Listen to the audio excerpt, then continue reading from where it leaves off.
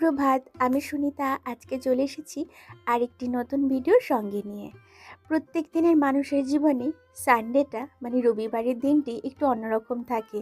হয়তো সেদিনকে অলসের দিন, হয়তো সেদিনকে একটু রেস্ট নেবার দিন, হয়তো কোথাও ঘুরতে যাওয়ার দিন। কিন্তু আমার জন্য সেসব কিছুই নয়। আমার মনে হয় প্রত্যেকটা গৃহিণীদের জীবনেও এটাই, যে সানডে মানে যে ছুটির দিন, নিজের জন্যও সেটা নয়। প্রত্যেক দিন যেমন ছেলেকে রেডি করিয়ে দিচ্ছি, স্কুলে পাঠিয়ে দিচ্ছি, ঠিক তেমনি এবারটাতেও কাজগুলো সব সেরে নিতে হয় সকাল সকাল, তা নাহলে একটু দেরি হয়ে যায়। আর ফ্রিজটা আমার অনেক দিন ধরে নোংরা হয়ে পড়েছিল, ভাবছি আজ করব কাল করব করে কিছুতেই হয়ে উঠছে না।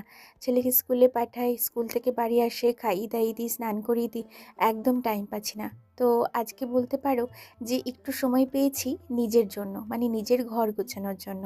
তাই ভাবলাম ফ্রিজটাকে ভালো করে মুছে, মানে আমি সবসময় ফ্রিজটা না একটু ভিনিগার, লেবুর জল এইভাবে করে ভালো করে পরিষ্কার করে নিতেই বেশি ভালোবাসি। আর এদিকে চলে আসলাম ফ্রিজ পরিষ্কারের পরে জামা কাপড় ধুতে বসতে। তো জামা কাপড়গুলো সব ধুয়ে কেচে ধুয়ে নিয়েছি। আর ভালো করে জামা কাপড় ধুয়ে এবার আমি জামা কাপড়গুলোকে সব বাইরে উঠোনে মেলে দিচ্ছি।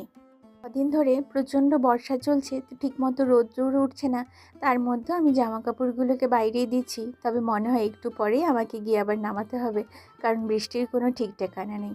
আর ঘরের জামা কাপড় রাখতে রাখতে প্রচুর জামা কাপড় জমে যাচ্ছে। তো কি করব, জামা কাপড় তো কেচে দিতেই হবে। আর সানডেতে আজকে বিশেষ কিছু মেনুতে নেই, তবে আজকে চিকেন আর পোলাও করব ভাবছি, তো সেটাই করব।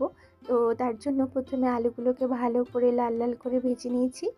আর একা হাতে সবটা সামলাই, একদিকে আলু ভাজতে থাকি, তো আরেকদিকে রান্নার জোগাড় করতে থাকি। তো রান্নার জোগাড়ের মধ্যে পেঁয়াজ, রসুন, আদা সমস্ত কিছু কাটা করে নিয়েছি।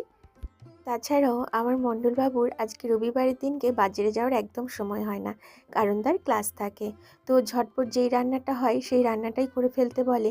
তাই জন্য ঝটপট গিয়ে দোকান থেকে চিকেন টেনে দিয়েছিল বলে তাড়াতাড়ি করে রান্না সারতে পেরেছি।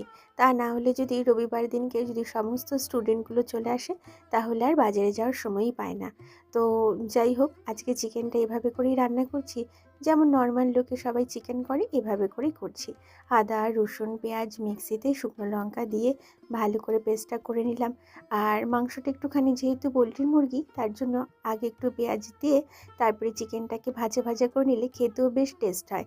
আর তারপরে যদি মশলাটা দিই সেটাও আরেক ধরনের টেস্ট হয়। তাই জন্য এইভাবে করে আজকে রান্নাটা করছি।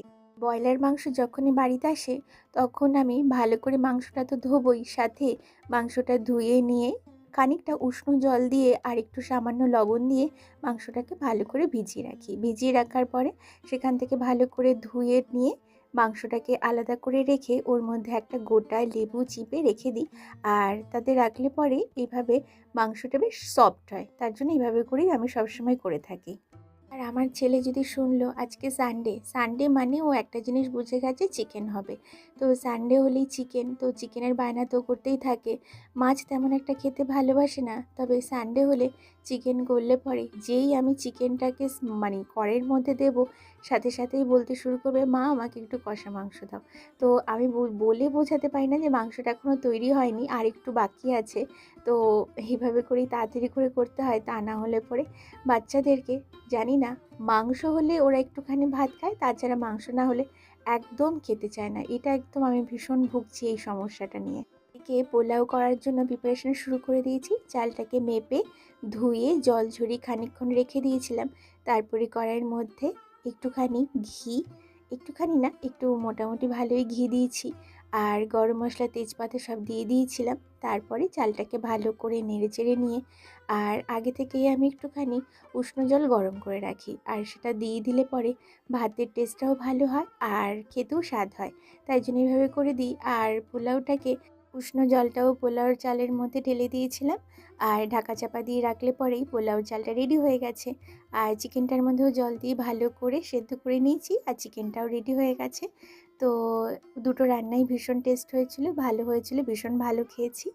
আর তাহলে আজকের মতো আসি, আবার সামনের দিন আবার দেখা হবে নতুন আরেকটি ভিডিওর সঙ্গে নিয়ে।